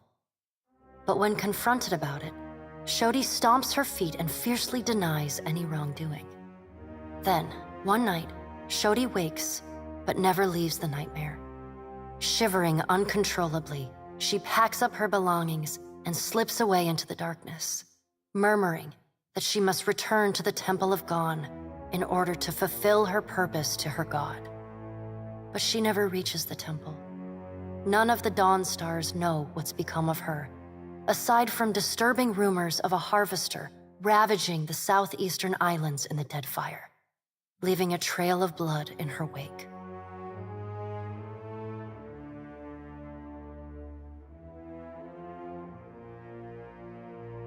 Though the two of you no longer travel together, Shodi holds fast to the memory of you in her heart, remaining your fierce and doting girlfriend, faithful even in her absence. You receive a missive for every day apart, though they often arrive in a single bundle some weeks or months past. In them, she writes of how she misses you, how you are like a fire that burns inside her, how one day surely you will be reunited again. Until then, she prays for your safety as she continues to labor in service to Gon. Aloth renews his commitment to destroying the Leaden Key. With the wheel broken, loosening the god's stranglehold on Kith is more urgent than ever. It is a lofty goal, and one he does not expect to finish in his lifetime. But if there's one thing he's learned from the Watcher, it's that a single person can change the world. You let Rimaro go, and the former pirate ostensibly set sail for the trade lanes of the Eastern Reach, the Edier Empire, Old Valia, and the Republics. For the remainder of your time together, Seraphon seems, if not exactly happy, at least contented with the outcome of your confrontation with his former mentor at Sayuka. And yet, when the two of you part, Seraphon seems emboldened, invigorated by a new sense of purpose. He buys you a drink, toasts to the Deadfire, says, let's see if we can make something worth a shit out of what's left of these Principe swabs, and sets sail the next morning. In the years to follow, rumors occasionally reach you of the Blue Orlan pirate of the Deadfire, a privateer captain as keen to free slaves or fight foreign influence as he is to plunder and pillage. The Valian Trading Company is initially furious with Pelagina for her support of the Watcher during the Principe conquest of Ukaizo. They make a show of banishing her from the Order for a time, but they quickly realize that Captain Ferrante has no intention of pushing the company from the Deadfire. Within a few months, she is readmitted to the Brotherhood, though the Dukes ensure she spends a year performing the most onerous assignments available. Time away from the Navy gives Maya Rua some perspective on how Rawatai conducted the Deadfire occupation. No sooner does she return to active duty than she voices her frustrations over some of the more underhanded tactics she witnessed and carried out in the name of the homeland. Her voice carries all the way to the Ranganui, who reminds his admirals that battles are won by superior tactics, but war is a battle of precedent, and winning is not always a victory. The people listen. Though Mayo's covert assignment in the Deadfire is considered a success, few claim knowledge of it or openly congratulate her. She receives no praise beyond knowing glances or the occasional raised tankard from her countrymen. She never responds. She looks forward to seeing her brother again. So does Ashiza. Takehu distances himself from the problems of the Deadfire, giving the tribes a reprieve from godlike omens. Ngati's silence speaks volumes. The Huana grow to rely on each other, paving a new way forward divorced from their traditions. Soon after he departs Nekataka, distant tribes report of unusual and salacious water sculptures appearing on the shores. These quaint visitations are widely celebrated, the identity of the artist ever an open question. He bids you farewell, suggesting that you seek your next adventure in a brothel or tavern, where consequences begin and end at the front door. He sounds eager to leave old conflicts in the past. Your pursuit of Aethys and your journey to Ukaizo signal the end of forces that have shaped the lives of Kith and the course of nations. The cycle of reincarnation has been broken. The storms of Andra's mortar have calmed. Yet each ending promises a new beginning. As the sun rises over Ukaizo, Kith turn their gaze eastward, wondering at what lies beyond. As the Watcher of Cadnua and the former Herald of Bareth, you return to your ship and begin the long journey home. You hope for calm weather.